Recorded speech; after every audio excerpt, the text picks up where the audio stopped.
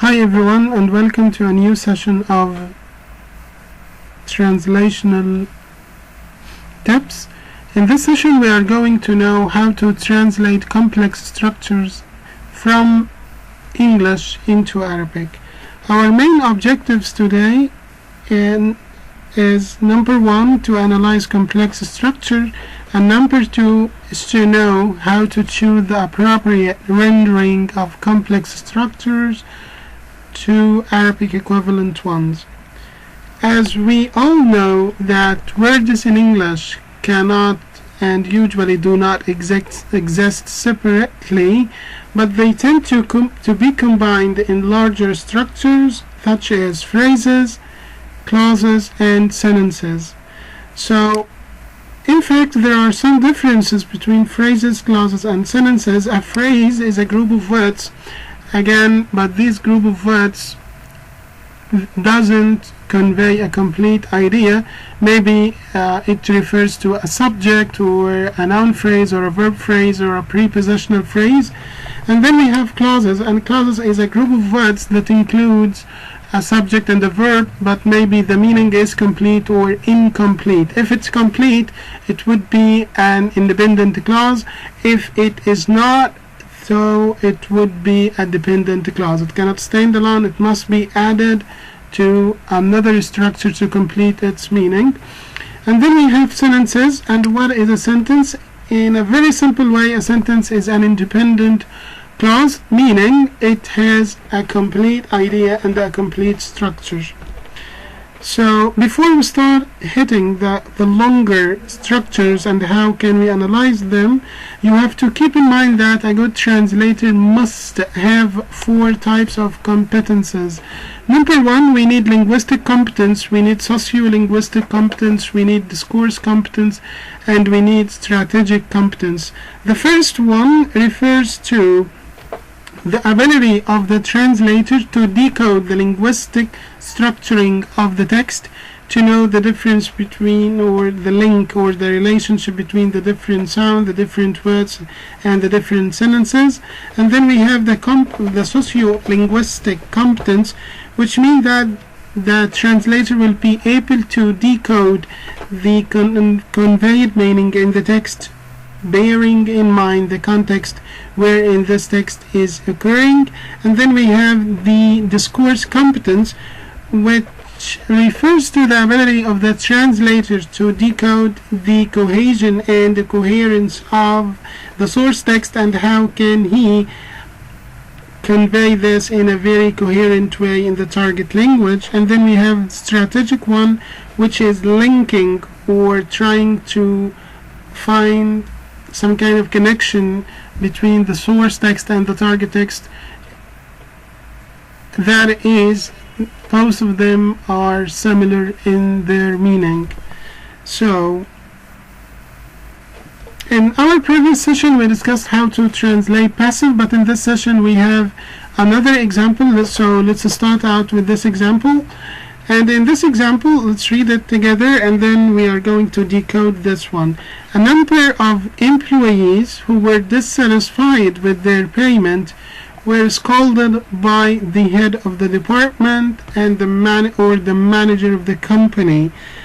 And in this sentences, it is, as we said, it is a passive one, not an active one. A passive sentence. So here we have a passive sentence, and the subject, which is the complement of the by phrase here, the complement of this preposition, which is a by.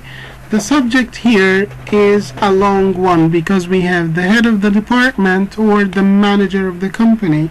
So how can we analyze this sentence before translating it into Arabic? So a very simple way of analyzing any long structure is to keep in mind this. Number 1, to determine the voice of the sentence, whether it's passive or active. Number 2 is to ask yourself, who is the agent? Where is the subject? who is doing the action in this sentence. And then we need to know what is happening, who did what, the object or the indirect object or the direct object, and how did this action happen, and where did it happen, and when did it happen. So we need to ask very simply who did what, how, where, when. Let's go back to our sentence. Who is the subject here? We have a correlated subject connected by or a coordinated subject. Here we have either the head of the department or the manager of the company. And then where is the verb? What did they do? They again scolded. What do you mean by scolded? Offended or insulted. Offended or insulted. And whom is offended or is insulted? A number of employees. And why did this happen? Because these employees were dissatisfied with their payment. They were dissatisfied with the amount of money they got from the company. So after doing this analysis, we have one way to analyze this sentence, which is who would be again the manager or the head of the department offended, and the employees. We don't have how, we don't have where, and we don't have when. Maybe we could say when they were dissatisfied with their payment. One way to transfer or to translate this sentence is to say أهان مدير الشركة أو رئيس القسم عددا من العمال الغاضبين بشأن مرتباتهم. But in this translation we'll find that the ordering or the structuring of the sentence is very weak. So we can restructure this sentence in an appropriate English structure, an appropriate Arabic structure, and say this: تعرض مجموعة من العاملين الغاضبين من مرتباتهم للإهانة على أيدي رئيس القسم أو مدير رئيس قسمهم أو مدير الشركة التي يعملون بها. So we have two ways here. أهان مدير الشركة أو رئيس القسم عددا من العمال الغاضبين، عددا من العاملين الغاضبين بشأن مرتباتهم. Or we could say this: تعرض مجموعة من العاملين الغاضبين من مرتباتهم للإهانة على أيدي رئيس القسم أو مدير الشركة التي يعملون بها. So this is a very simple example of how to translate a long structure. Let's have another practice. In this practice, Muhammad's exceptional planning or organizational skills blended with his ability to consistently deliver project with a keen eye on time, budget, and quality have won him accolades at the highest level. So again, this sentence is a little longer than the previous one. So how can we use the analysis to understand this sentence before transferring it into Arabic? Let's go back to the keywords that we use when we analyze. We have who, and then we need to know what happened and who was affected and how, where, when, and maybe we could say why. So let's go back to our sentence. Who, again, who, where is the subject? The subject would be this part, all of it, right? So Muhammad exceptional planning and organizational skills blended with his ability to consistently deliver projects with a keen eye on time, budget, and quality. So all of this would be a very long subject. And then we have won him accolades at the highest level.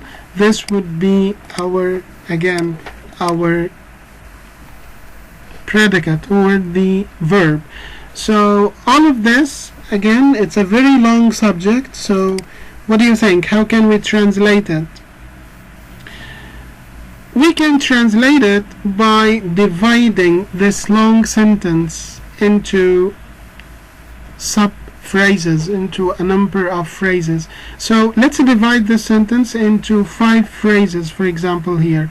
Muhammad's exceptional planning and organizational skills, 2, blended with his ability to consistently deliver projects with a keen eye on time, budget, and quality, have won him accolades at the highest level. So here we have, let's just imagine, visualize this in numbers. So we could say the first one is number 1, the second one is number 2, and then we have number 3 and number 4. So one way to translate this sentence is to use shuffling. What is meant by shuffling is to shuffle numbers to get the most appropriate structure in Arabic. So for example, if we start translating by following 1, 5, 2, 3, 4, and I'm going to point out how this could be done. For example, here my draft of this division, which is 1, 2, 3, 4, 5, will be this: مهارات محمد الاستثنائية في التخطيط والتنظيم. This is phrase 1. ممزوجة, blended with, قدرته على تسليم المشروعات, and then we have with a keen eye on time, budget, and quality, وحرصه على الوقت والميزانية والجودة. And then we have accolades, قد أكسبته, have won him accolades, قد أكسبته, جعلته يكسب الأوسمة, and then this أوسمة at highest level. So let's try to combine number 1 plus number 4, and we'll go there like this. مهارات التخطيط والتنظيم الاستثنائية التي يتمتع بها محمد جعلته يفوز بالعديد من الأوسمة على أعلى مستوى. Okay, but we have part of the sentence is still missing, right? So here we'll move on to say we have a problem with blended with his ability. How can we translate this part? We could say مخلوطة ب, ممزوجة ب, and مقترنة ب, or we could say و, only و, حرصه or وقدرته, and so on. Then we have another problem, which is the consistently, which means always. So قدرته الدائمة على إنجاز المشروعات. And then we have, usually a lot of people translate adverb إلى بصورة إلى أو بشكل أفضل, while we have a good translation by saying it in a more appropriate way in Arabic. For example, here with a keen eye on time, budget, and quality, we could say بعين مسلطة على الوقت والجودة والميزانية والجودة. So let's try to get all of this together and make our translation the perfect one. So we could say here مع الحرص على الوقت والميزانية والجودة, right? We could say this here. So مع الحرص على التسليم في الوقت المناسب وفي إطار الميزانية الموضوعة وبأرقى مستوى للجودة. So our final version of this would be this: نال محمد الأوسمة رفيعة المستوى or أرفع الأوسمة بفضل مهارات التنظيم والتخطيط الاستثنائي التي يتمتع بها مع حرصه الدائم على إنجاز المشروعات في الوقت المحدد وفي إطار الميزانية المتاحة وبأعلى جودة. So this would be another practice. You can answer this practice, and if you have any question, you can feel free to contact me. And here is another practice, and here is a third practice. So what we have discussed today is how to translate long structure using analysis and using dividing the sentence to get the most appropriate translation. So that's it for today. Thank you so much, and if you have any question, feel free to contact me. Thank you.